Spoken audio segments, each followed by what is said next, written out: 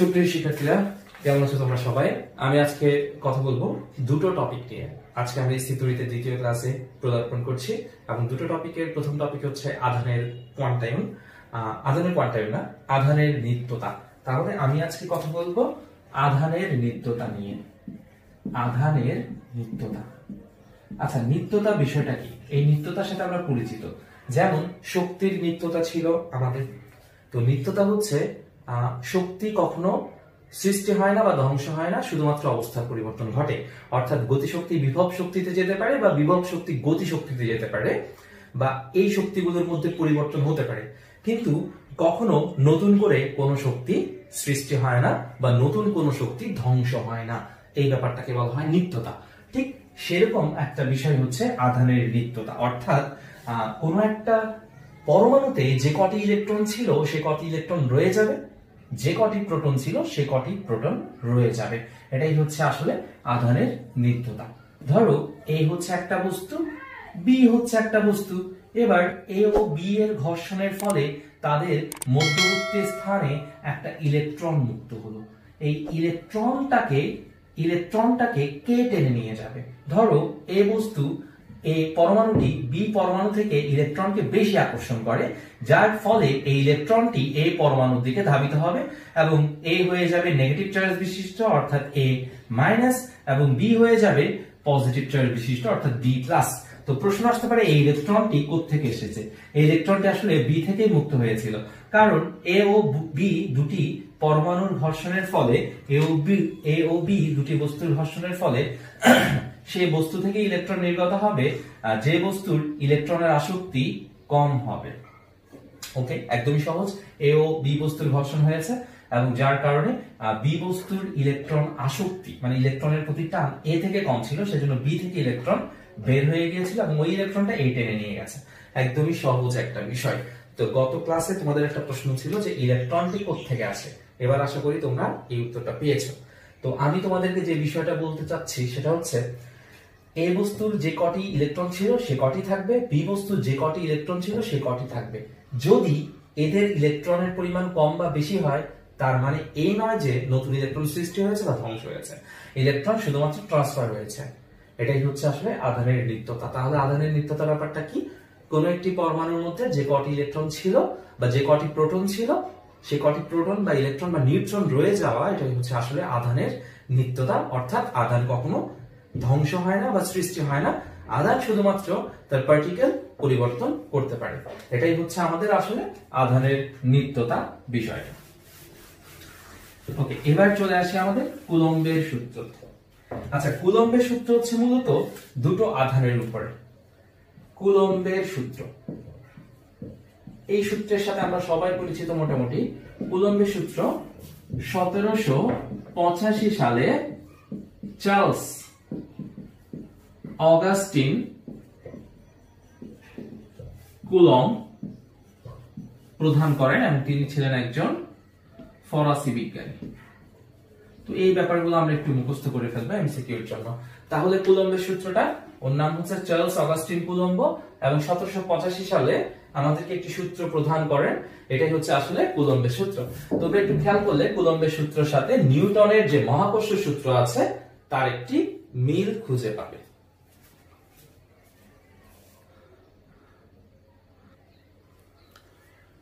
ওকে, তাহলে চলে আসি এই কুলম্বের সূত্রের। এবার দেখবো আমরা কুলম্বের সূত্রটি কিরকম। ওকে, কুলম্বের সূত্রটা অনেকটা নিউটনের সূত্রের মতো, মহাকর্ষ সূত্রের মতো নেই। ধরো একটি চার্জ হচ্ছে আমাদের Q1, আর একটি চার্জ হচ্ছে আমাদের Q2। এটি হচ্ছে একটি চার্জ, চার্জ মানে হচ্ছে আধান। তো প্রশ্ন আসতে পারে আধান ব্যাপারটা কি? এটা আমরা গত ক্লাসে বলেছিলাম, এটা হচ্ছে একটি আধান আর এটি হচ্ছে একটি আধান। হ্যাঁ, আচ্ছা, তো আধান ব্যাপারটা কি? আধান মানে হচ্ছে আসলে চার্জ। তো ধরো এটি হচ্ছে Q1 আধান মানে Q1 চার্জ, আর এটা হচ্ছে আমাদের Q2 চার্জ। হ্যাঁ, এই দুটোর মধ্যকার যে দূরত্ব সেটা হচ্ছে আমাদের d, বা এটাকে আমরা r ধরতে পারি। হ্যাঁ, ঠিক আছে। তাহলে r হচ্ছে এই দুটো চার্জের মধ্যকার দূরত্ব। তাহলে একটি চার্জ হচ্ছে Q1 আর একটি চার্জ হচ্ছে Q2 এবং এদের মধ্যকার দূরত্ব হচ্ছে r। তো এই দুটো আধানের মধ্যে যে ক্রিয়াশীল বল, সেই ক্রিয়াশীল বলের জন্য, অর্থাৎ এই আধানটা এই আধানকে আকর্ষণ করতে পারে অথবা বিকর্ষণ করতে পারে। যদি এটি পজিটিভ হয় এবং এটি পজিটিভ হয় বা এটি নেগেটিভ হয় অথবা এই চার্জটি নেগেটিভ হয়, তাহলে উহারা পরস্পরকে বিকর্ষণ করে। অর্থাৎ আমরা জানি যে সমধর্মী চার্জগুলো পরস্পরকে বিকর্ষণ করে, সমধর্মী চার্জগুলো পরস্পরকে বিকর্ষণ করে। আর যদি বিপরীতধর্মী হয়, একটি পজিটিভ হয় আর একটি নেগেটিভ হয়, তবে উহারা পরস্পরকে আকর্ষণ করে। অর্থাৎ সমধর্মী চার্জগুলো বিকর্ষণ করে আর বিপরীতধর্মী যে চার্জগুলো তাহারা পরস্পরকে আকর্ষণ করে। তাহলে আমরা একটা জিনিস জানলাম যে Q1 এবং Q2 চার্জ পরস্পরকে হয় বিকর্ষণ করতে পারে না হয় আকর্ষণ করতে পারে, যেহেতু আমি জানি না এই চার্জগুলোর প্রকৃতি কেমন। ওকে, প্রকৃতি মানে পজিটিভ নাকি নেগেটিভ। ওকে, ঠিক আছে। তাহলে আমরা বুঝলাম Q1 একটি চার্জ এবং Q2 একটি চার্জ, এবং এরা পরস্পরকে হয় বিকর্ষণ করতে পারে না হয় আকর্ষণ করতে পারে। এই বিকর্ষণ এবং আকর্ষণ এগুলো বল এবং এগুলোর একটা নির্দিষ্ট মান আছে।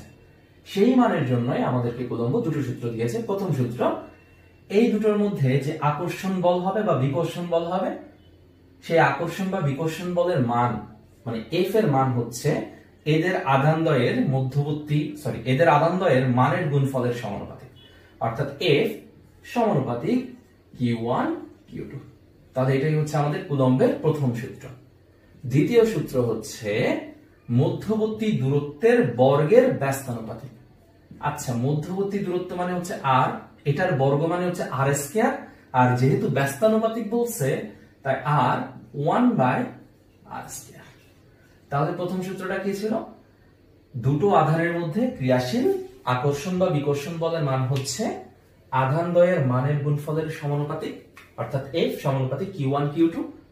আর দ্বিতীয় সূত্রটি হচ্ছে উহাদের মধ্যবর্তী দূরত্বের বর্গের ব্যস্তানুপাতিক, অর্থাৎ মধ্যবর্তী দূরত্ব যেহেতু r, সুতরাং F সমানুপাতিক 1/r স্কয়ার।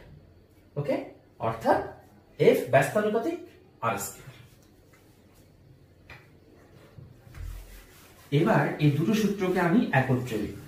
যদি দুটো সূত্রকে আমি একত্রে লিখি, এটাকে যদি আমি মার্ক করি, এটা হচ্ছে আমাদের 1 নং সমীকরণ আর এটা হচ্ছে আমাদের 2 নং সমীকরণ। এবার যদি আমি 1 ও 2 হতে দুটো সূত্রকে একসাথে লিখি, তাহলে F সমানুপাতিক Q1 Q2 divided by r square. ছোটবেলা থেকে এখানে ইকুয়াল দিয়ে তোমরা ধ্রুবক এনেছো, ঠিক এখানে একটা ধ্রুবক আসবে এবং এরপর হচ্ছে Q1 Q2 divided by r square. এই ধ্রুবকটাকে আমরা 9-10 এ c ধারা লিখেছি। এই c টাকে আজকে আমি এক্সপ্লেইন করব, c টা আসলে কি। ওকে, এবং এই c এর একটা মান তোমরা শিখেছো, c = 9 × 10⁹ newton metre square coulomb inverse 2। তো এই মানটা কি এটা তোমরা 9-10 এ শিখে ফেলেছো, c = 9 × 10⁹। বাট এটাকে ভাঙলে কি কি হয় সেটা আমি আজকে এক্সপ্লেইন করব। তাহলে সূত্রটা কি? F = c Q1 Q2 divided by r square, যেখানে c কে আমরা বলে থাকি একটি সমানুপাতিক ধ্রুবক। ওকে, এবং এটার মান হচ্ছে এটা। তাহলে চলো শুরু করি। এবার আমি এটাকে এক্সপ্লেইন করছি c এর ব্যাপারটা, ঠিক আছে?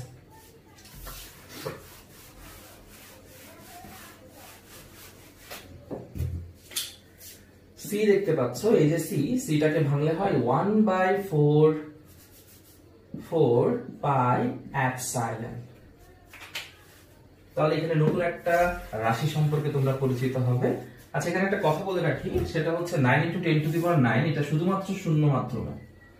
হ্যাঁ, শূন্য মাধ্যমে, সব মাধ্যমে না, শূন্য মাধ্যমে। 9-10 এ আমাদের যতগুলো অঙ্ক ছিল সবগুলো আসলে শূন্য মাধ্যমে ছিল, সেজন্য এটার মানটা আমরা ফিক্সড এটাই ধরে নিয়েছিলাম, ঠিক আছে? এবার চলে আসো এই যে এপসাইলন, সেটা সম্পর্কে বলবো। আচ্ছা, এটার নাম হচ্ছে আমাদের এপসাইলন। হ্যাঁ, এই এপসাইলন এই জিনিসটা কি? এটাকে আমরা বলতে পারি পারমিটিভিটি অফ মিডিয়াম। এপসাইলন হচ্ছে আমাদের পারমিটিভিটি অফ মিডিয়াম।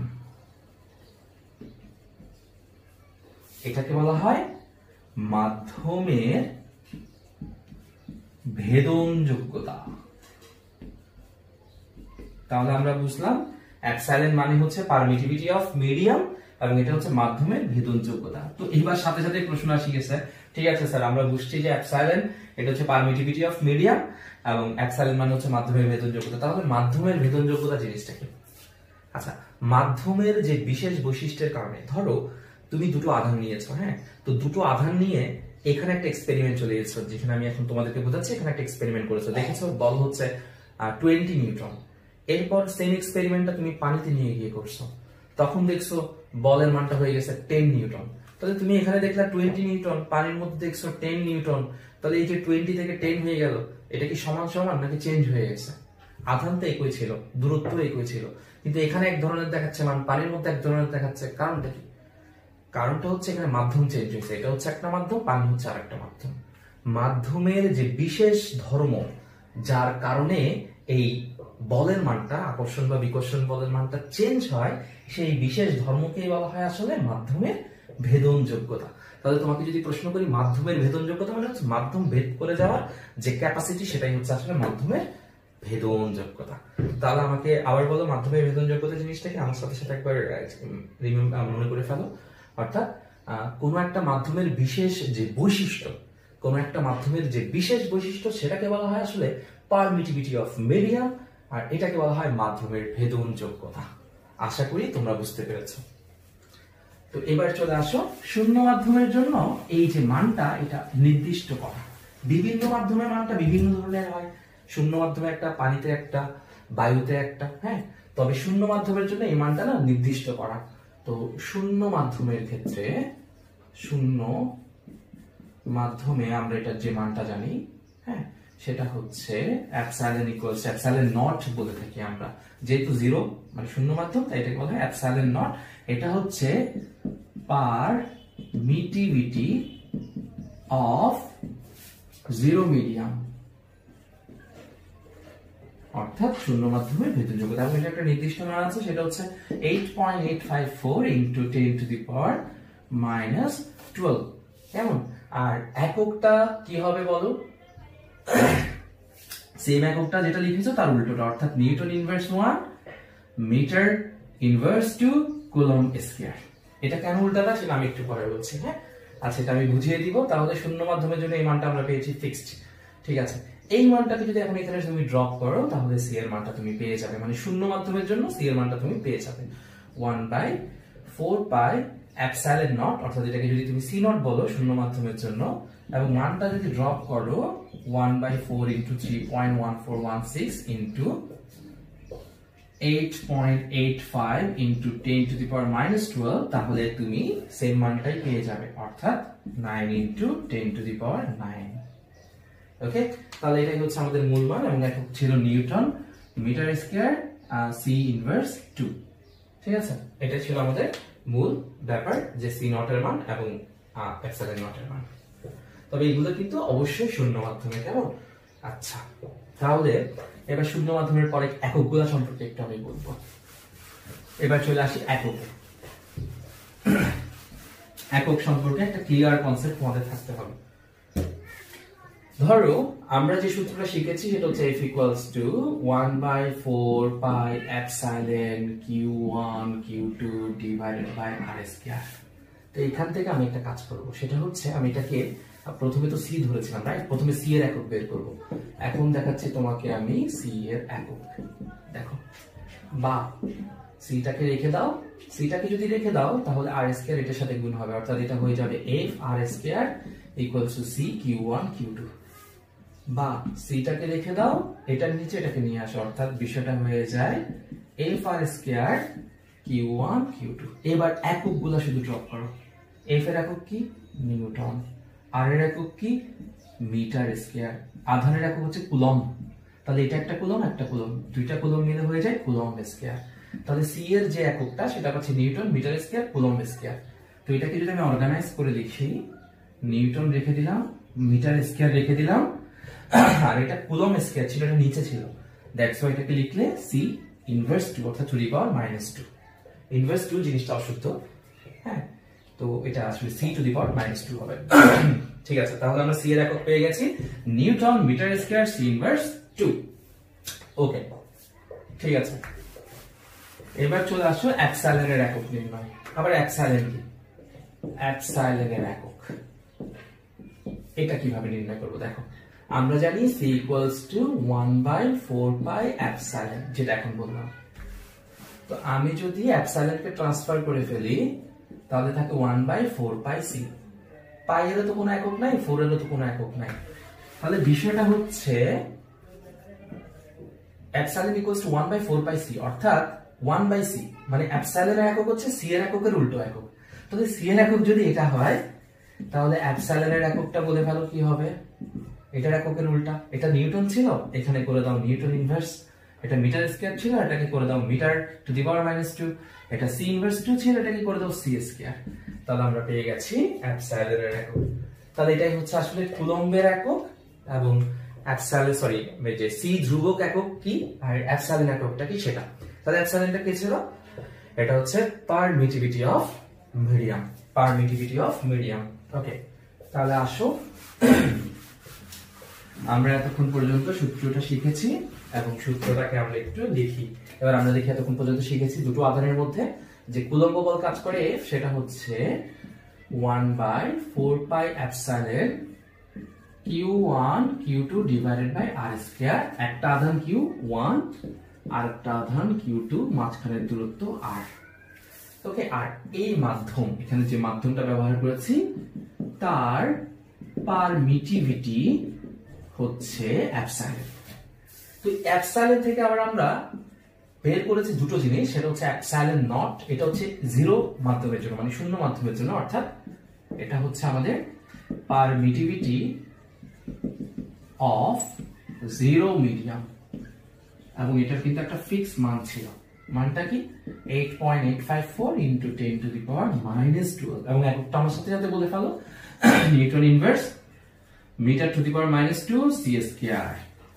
আরেকটা জিনিস আমরা পেয়েছিলাম c, যেটা ছোটবেলায় আমাদেরকে বলেছিল, এটা আসলে একটা ধ্রুবক মান হিসেবে ধরতাম, তাও এটাও ইউজ করব আমরা প্রয়োজনে। 9 into 10 to the power 9 newton metre square c to the power -2। তাহলে এই ছিল আমাদের মূল ব্যাপার, আমরা কুলম্বের সূত্র থেকে এই অংশটুকু পর্যন্ত বের করে আনছি। ওকে, এরপরে চলে আসতেছি আমি আরেকটি টপিকে।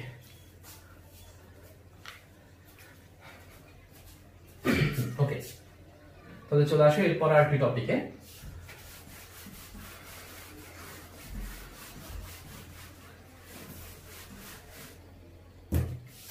ডাইইলেকট্রিক মিডিয়াম কনস্ট্যান্ট বলে একটা বিষয় আছে, এটার নিয়ে আলাদাভাবে আমি বলবো ডাইইলেকট্রিক মিডিয়াম জিনিসটা কি। এটা হচ্ছে, আমি একটু আগে বলি, ডাইইলেকট্রিক মিডিয়াম, বা এটাকে বলা হয় পরাবৈদ্যুতিক ধ্রুবক। তো এই জিনিসটা কি বা ডাইইলেকট্রিক মিডিয়াম ব্যাপারটা কি, এটা আমি পরে এক্সপ্লেন করবো, ঠিক আছে? এগুলো সিরিয়ালে আমি এক্সপ্লেন করবো। তো আজকে আমার যেটা জানতে হবে সেটা হচ্ছে আরেকটা স্পেশাল কনস্ট্যান্ট মান সম্পর্কে, যেটা হচ্ছে ডাইইলেকট্রিক মিডিয়াম কনস্ট্যান্ট। তো আমি এই মানটা সম্পর্কে আজকে বলবো। ডাইইলেকট্রিক মিডিয়াম কনস্ট্যান্ট, বা এটাকে বলতে পারি পরাবৈদ্যুতিক ধ্রুবক। এটাকে আবার তড়িৎ মধ্যমাঙ্ক বলা হয়। তাহলে দেখছো, এটা তোমাদের মতনই, তোমাদের যেরকম অনেকগুলো নাম থাকে, হ্যাঁ, ঠিক সেরকম এটার অনেকগুলো নাম আছে। হ্যাঁ, এটা হচ্ছে ডাইইলেকট্রিক মিডিয়াম কনস্ট্যান্ট, হচ্ছে একটা উড়াদুরা জিনিস, পরাবৈদ্যুতিক ধ্রুবক, এবং এটা হচ্ছে তড়িৎ মধ্যমাঙ্ক বলা হয় এটাকে। ওকে, তো আমার ডাইইলেকট্রিক মিডিয়াম ব্যাপারটা কি সেটা জানতে হবে, এবং এটা কিভাবে কাজ করে সেটাও জানতে হবে। তবে সেগুলো ধীরে ধীরে, আজকের টপিকে সেটা আমি বলবো না। আজকে শুধু আমি ডাইইলেকট্রিক মিডিয়াম কনস্ট্যান্ট অর্থাৎ একটা ধ্রুবক সম্পর্কে স্পেশালি বলবো। এই ধ্রুবকটা আমাদের এখানে আসবে, এবং এই ধ্রুবকটাকে কে দ্বারা প্রকাশ করা হয়, স্পেশালি এই ধ্রুবকটাকে কে দ্বারা প্রকাশ করা হয়। ঠিক আছে, আচ্ছা আসো তাহলে আমরা জানলাম ডাইইলেকট্রিক মিডিয়াম কনস্ট্যান্ট হচ্ছে একটা ধ্রুবক, এটাকে বলা হয় তড়িৎ মধ্যমাঙ্ক বা পরাবৈদ্যুতিক ধ্রুবক, এবং এটাকে কে দ্বারা প্রকাশ করা হয়। হ্যাঁ, তো এই যে ডাইইলেকট্রিক মিডিয়াম যে কনস্ট্যান্টটা ছিল, ডাইইলেকট্রিক মিডিয়াম কনস্ট্যান্ট যেটা ছিল কে, সেটাকে আমরা এপসাইলন ডিভাইডেড বাই, অথবা আমি এটাকে কিভাবে বলতে পারি, F divided by F M. হ্যাঁ, okay, F naught divided by F M, F বলো, তাহলে তোমাদের ব্যাপারটা বুঝতে সুবিধা হবে। ডাইইলেকট্রিক মিডিয়াম কনস্ট্যান্ট হচ্ছে একটা ধ্রুবক মান, এটাকে আমরা কে দ্বারা প্রকাশ করি। এবং এটা কিভাবে বের করতে হয় দেখো, নট দ্বারা আমি শূন্য মাধ্যম বোঝাচ্ছি, অর্থাৎ শূন্য মাধ্যমে দুটো আধানের মধ্যবর্তী বল এবং অন্য যে কোনো মাধ্যমে আধানের মধ্যবর্তী বলের যে অনুপাত বা তুলনা, সেটাই হচ্ছে আসলে ডাইইলেকট্রিক মিডিয়াম কনস্ট্যান্ট। ওকে, তাহলে ডাইইলেকট্রিক মিডিয়াম কনস্ট্যান্টটা কি? ধরো তুমি দুটো আধান নিয়েছো, হ্যাঁ, তো তুমি দুটো আধানকে এই মাধ্যমে আকর্ষণ করাচ্ছ। ধরো আমি তোমাকে একটু এক্সপ্লেন করে জিনিসটা বুঝাই। মনে করো এখানে আমি একটা মাধ্যম নিয়েছি, সেটা হচ্ছে ওয়াটার। তো ওয়াটার না, যে কোনো একটা মাধ্যম, মনে করো এ মাধ্যম, সাপোজ এই মাধ্যম, ধরো এখানে একটা মাধ্যম, এটা হচ্ছে এই মাধ্যম। তো এখানে দুটো আধান আছে, একটা হচ্ছে Q1, একটা হচ্ছে Q2। দুটোর মধ্যে দূরত্ব 4 এবং তারা একটা বলে আকর্ষণ করতেছে। ধরো তাদের মধ্যে যে বলটা কাজ করছে F, সেটা হচ্ছে মনে করো 50 নিউটন। তাহলে আমি লিখলাম স্যার, এই হচ্ছে একটা মাধ্যম, তাদের মধ্যে যে বলটা কাজ করতেছে সেটা হচ্ছে 50 নিউটন। ঠিক সেম এক্সপেরিমেন্টটা আমি এখন জিরো মিডিয়ামে নিয়ে করব।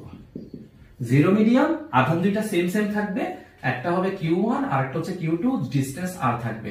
কিন্তু এই মিডিয়ামটা হচ্ছে জিরো মিডিয়াম, ডিফারেন্স হচ্ছে এটাই হচ্ছে এই মাধ্যম আর এটা হচ্ছে শূন্য মাধ্যম, সব কিন্তু সেম, Q1 Q2 সেম, আরও সেম। কিন্তু এখানে গিয়ে দেখলাম যে বলের মান সেটা হয়ে যাচ্ছে মনে করো 100 নিউটন, 100 নিউটন। তাহলে এখানে হচ্ছে আমাদের 50 নিউটন আর এখানে হচ্ছে 100 নিউটন, এটাকে আমরা F নট বলি। তো এখন যদি আমাকে বলা হয়, কেউ যদি প্রশ্ন করে এই মাধ্যমের, মানে এই মাধ্যমের ডাইইলেকট্রিক মিডিয়াম কনস্ট্যান্ট কত, তো আমি তখন তাকে আনসার দিব কে F divided by F naught. এখানে এফ পেয়েছিলাম 50 আর এখানে পেয়েছি 100, ভাগ করো 2, অর্থাৎ 0.5। তাহলে আমার আনসার হবে, আমি এখন যে মাধ্যম নিয়ে কথা বলছি তার ডাইইলেকট্রিক মিডিয়াম কনস্ট্যান্ট বা তার পরাবৈদ্যুতিক ধ্রুবক হচ্ছে 0.5। তাহলে পরাবৈদ্যুতিক ধ্রুবক মানে হচ্ছে, কোন মাধ্যমের পরাবৈদ্যুতিক ধ্রুবক মানে হচ্ছে ওই মাধ্যমের যে বলটা হয়, সরি আমি এখানে উল্টো করে লিখে দিছি। ওকে, ধরো K equals to F by F naught, মানটা আমি বসাতে উল্টা করছি। F মানে হচ্ছে F নট মানে হচ্ছে F নটটা উপরে হবে, F টা নিচে হবে, হ্যাঁ। F নট মানে হচ্ছে 100 আর F মানে হচ্ছে 50, তাহলে এখানে হচ্ছে 2। তাহলে এটাই হচ্ছে আমাদের আসলে পরাবৈদ্যুতিক ধ্রুবক বা ডাইইলেকট্রিক মিডিয়াম কনস্ট্যান্ট। তাহলে তোমাকে যদি প্রশ্ন করা হয় ডাইইলেকট্রিক মিডিয়াম কনস্ট্যান্ট কি, তুমি বলবে শূন্য মাধ্যমে যে বলটা কাজ করে তার সাথে অন্য যে কোনো মাধ্যমে যে বলটা কাজ করে তার যে তুলনা, ওই তুলনাটাই হচ্ছে আসলে ডাইইলেকট্রিক মিডিয়াম কনস্ট্যান্ট। অর্থাৎ শূন্য মাধ্যমে যে বলটা কাজ করবে তাকে অন্য যে কোনো মাধ্যমে যে বলটা কাজ করে তার মান দিয়ে ভাগ করলেই আমরা পেয়ে যাই ডাইইলেকট্রিক মিডিয়াম কনস্ট্যান্ট কে এর মান। ঠিক আছে, আশা করি বুঝতে পেরেছো। তাহলে কে ইকুয়ালস টু কি আরেকবার বলো, শূন্য মাধ্যমে বল ডিভাইডেড বাই অন্য যে কোনো মাধ্যমে বল। ওকে, এবার তোমাদেরকে আমি সূত্রতে চলে আসি, দেখো F নট ইকুয়ালস টু, যদি শূন্য মাধ্যম হয় তাহলে বিষয়টা হবে 1/4 পাই এপসাইলন নট, আর এখানে থাকে Q1 Q2 divided by r square. But যদি অন্য যে কোনো মাধ্যম হয়, মানে F হয়, তাহলে বিষয়টা হবে 1/4 পাই এপসাইলন, শূন্য মাধ্যমে কিন্তু এপসাইলন নট, আর এখানে হচ্ছে এপসাইলন, আর সবকিছু কিন্তু ঠিকঠাক। তো এবার যদি তোমাকে আমি বলি ভাগ করো, অর্থাৎ কে বের করো, তাহলে তুমি জানো যে সিস্টেম হচ্ছে F naught divided by F, হ্যাঁ।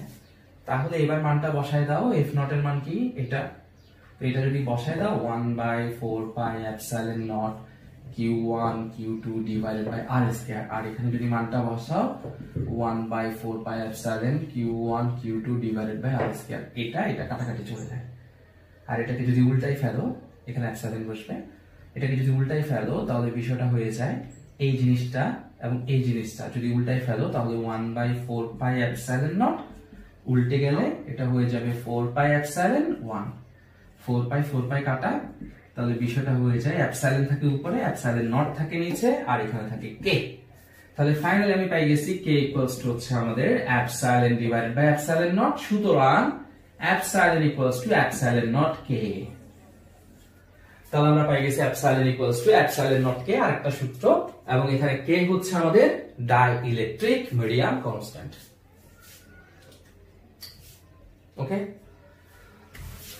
তাহলে ফাইনালি ইকুয়েশন করে আমরা যে সূত্রটা আনলাম সেটা হচ্ছে ডাইইলেকট্রিক মিডিয়াম কনস্ট্যান্ট। কে মানে হচ্ছে প্রথমে পেয়েছিলাম, আমরা শিখেছি যে F naught divided by F, এবং এটা থেকে ইকুয়েশন করেছি, আমরা ইকুয়েশন করে নিয়ে এসেছিলাম epsilon divided by epsilon naught, এবং এটাকে আবার ইকুয়েশন করি K equals to epsilon by epsilon naught, সেটাকে ইকুয়েশন করে এনেছি epsilon equals to epsilon naught K. তাহলে এটাই হচ্ছে আমাদের এপসাইলন বের করার সূত্র। এখন তোমাকে যে কোনো মাধ্যম যদি বলা হয়, যে কোনো মাধ্যম যদি বলা হয়, দুনিয়ার যে কোনো মাধ্যম, তাহলে তুমি লিখতে পারো f equals to 1/4 pi epsilon naught, sorry epsilon, হ্যাঁ যে কোনো মাধ্যম, এটা q1 q2 divided by r square. 1/4 pi, এই এপসাইলনটা দেখতে পাচ্ছ, এটার জায়গায় আমি বসাই দিতে পারি এখান থেকে এপসাইলন নট কে। তো আমি যদি এখান থেকে এপসাইলন নট কেটা এখানে ড্রপ করে দিই, তাহলে বিষয়টা হয়ে যায় এপসাইলন নট কে এপসাইলনের স্থানে, আর এখানে থাকে q1 q2 divided by r square. তাহলে ফাইনালি আমরা 9 যে সূত্রটা শিখেছি সেটাকে চেঞ্জ করে এখন যে সূত্রটা জানবো সেটা হচ্ছে 1/4 pi epsilon naught K q1 q2 divided by r square. এখানে এপসাইলন হচ্ছে পারমিটিভিটি অফ মিডিয়াম আর কে হচ্ছে ডাইইলেকট্রিক মিডিয়াম কনস্ট্যান্ট। ওকে,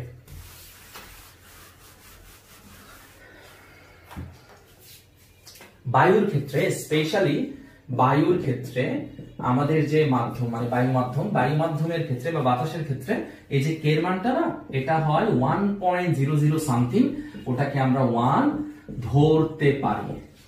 তো এটাকে যদি আমরা 1 ধরে ফেলি তাহলে বিষয়টা হয়ে যায় f equals to 1/4 pi epsilon not, কের মানটা 1 বসাই দেই, আর এখানে হয়ে যায় q1 q2 divided by r square. তাহলে আমাদের ছোটবেলার ব্যাপারটা পুরোটাই ক্লিয়ার হয়ে গেল। কেন ছোটবেলায় বায়ুর অঙ্কগুলোতে আমরা এপসাইলন দিয়ে করতাম এবার বুঝতে পেরেছো, কারণ ওখানে কে এর মানটা 1 বসাই দিত, কারণ আমরা জানি এয়ার মিডিয়ামে কে ইকুয়ালস টু হয়ে যায় 1।